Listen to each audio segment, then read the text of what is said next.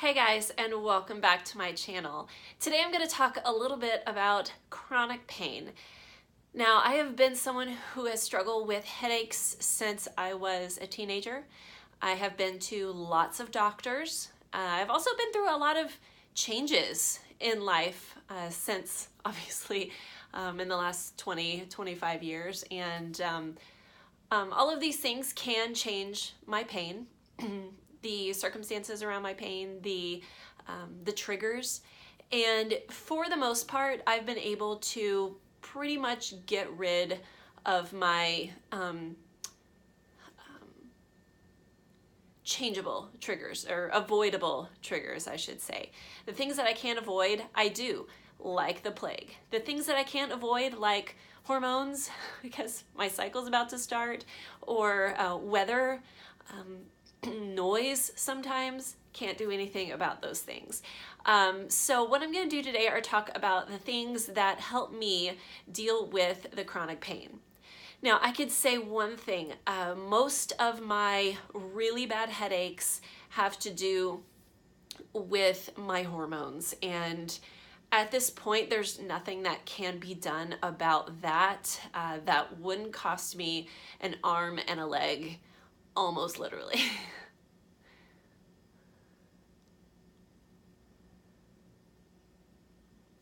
And let me tell you, I have fallen for just about every single, maybe I shouldn't say every single. I've fallen for a lot of MLMs that have promised to get rid of my pain from some magic supplement or some magic shake or drink or pill or topical something. And most have not worked, some have, but some have not worked well enough to keep up with. And so I'm just gonna kind of list through some of the things that I found have helped me the most. I've had a few things done. I had a deviated septum fixed. That didn't help my headaches. I had some dental things happen, didn't help my headaches. I went on a lot of medications. When I was 18, I was on, I think it was up to 18 pills a day. Depakote, nortriptyline, a bunch of herbs. Nothing did anything. I was misdiagnosed PCOS and was being treated for PCOS that I didn't have for about 3 years in college on prednisone every day for over a year. Lots of things, and nobody's really ever been able to figure out what's going on. I know when my hormones fluctuate because that's when I get a headache, but then again, I can go to the doctor and get blood work done and everything looks fine. I've been helped by neurologists, or they attempted to help. I have had MRIs, everything looks fine. And I have learned to listen to my body more, and right before my period comes, I know that the headache is pretty much the main sure sign that my period is coming. And weather with the pressure changes, that gives me a headache. And I just wanted to talk to you today about the things that I've found that do help me out. None of these things are like cure-alls, so don't think that all of these things are going to help you. Maybe one of these things will, but I would encourage you to try.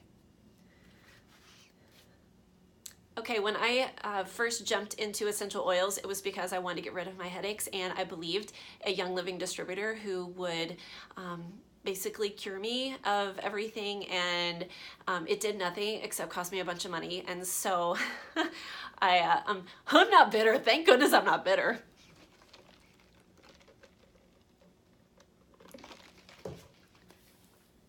But there is this one oil that is properly diluted that helps me out when I do start to feel a lot of tension.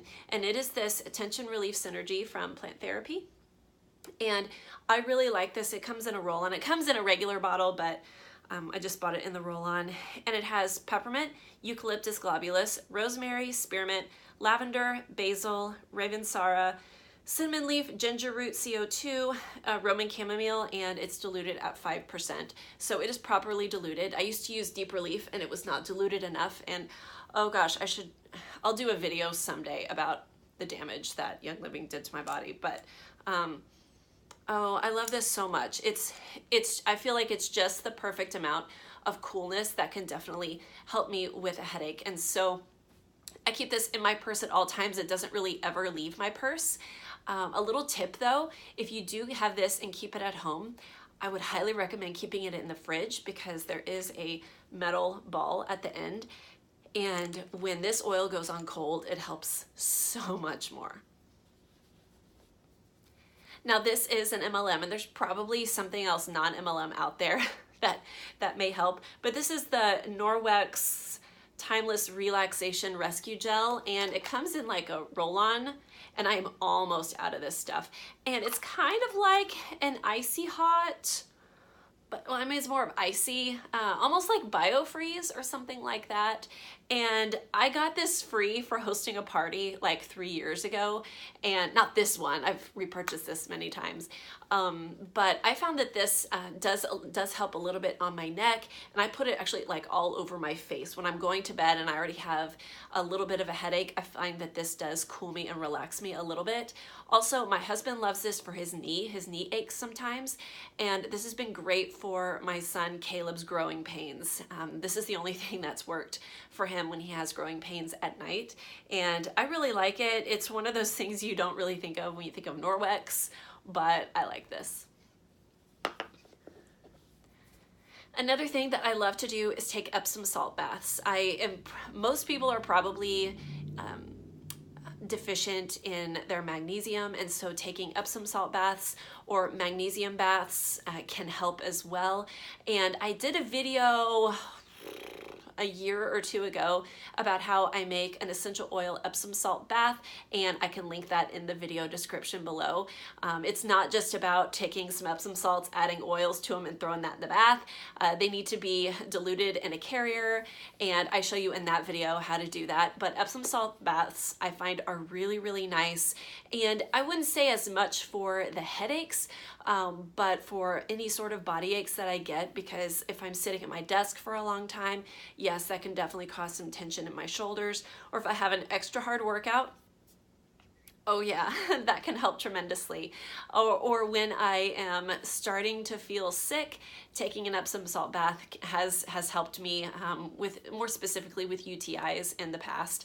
And so that's what I would recommend. Again, you may want to talk to your doctor about that.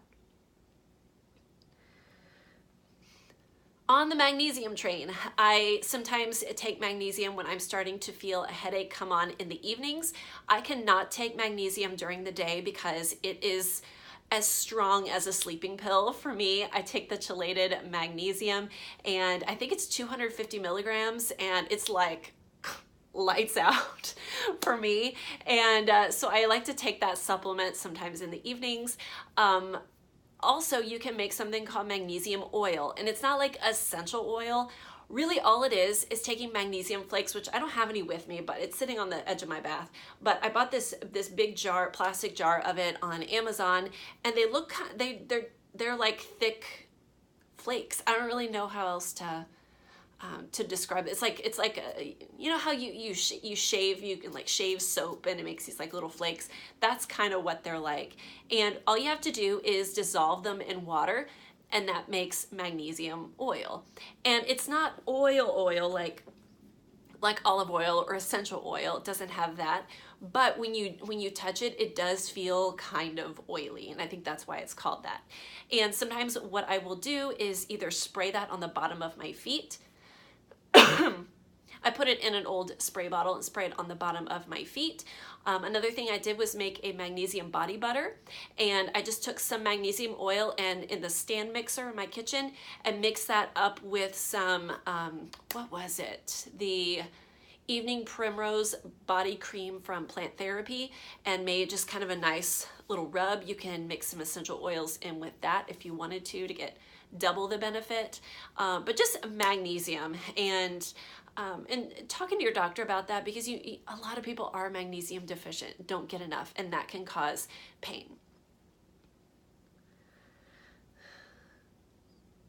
And on that supplement train, I would highly, highly recommend looking into taking turmeric. And I know it's received a lot of press lately, and I found that when I take my turmeric faithfully, I only take 1 capsule a day, but when I take that faithfully, I find that my pain is a lot lessened. And I really didn't think it was gonna help me that much, but y'all, it really did help me a lot, because turmeric is something that fights inflammation. And I tried doing that, what do they call it, golden milk, where you make like a latte and put turmeric in it, and oh, it was so bad. It was so bad. And I have a friend who adds it to her smoothies, and I cannot handle the taste of it. So I just take it in a little capsule. I believe it has black pepper extract in it as well, and I find that that helps me tremendously when I'm diligent about taking it. And 2 kind of no-brainer things: when I get plenty of regular exercise, I feel better, and I don't think that does anything to balance my hormones, but it just makes me feel better in general. And so, I mean, again, it's kind of a no-brainer. I'm just gonna say it anyway. Get some regular exercise, something that you enjoy doing that is not too, high impact. Find something that's low impact that you can have fun doing. And that can be walking, that can be yoga, it can be dance, it can be riding your bike, it could be a stationary bike, it could, whatever. You're the boss when it comes to that. And I could talk for hours about benefits of exercise, but I won't. Another thing that helps me manage my pain is to make sure I'm drinking plenty of water. When I don't get enough water, I will get a headache. Even more so if I'm not getting enough water, plus getting too much caffeine. Like if I've had coffee first thing in the morning without having water beforehand, it will give me a headache later. And so what I do first thing when I wake up is I don't like chug a jug of water or anything, but I make sure I'm drinking, about a glass. I don't really measure. I just kind of get the little plastic cup and put it up to the fridge and just drink. It's probably 8 ounces, maybe 12, I don't know. But I drink that cup down, and I feel like it kind of wakes things up. And of course, you want to be hydrated, especially if you're about to drink some coffee, which caffeine is dehydrating.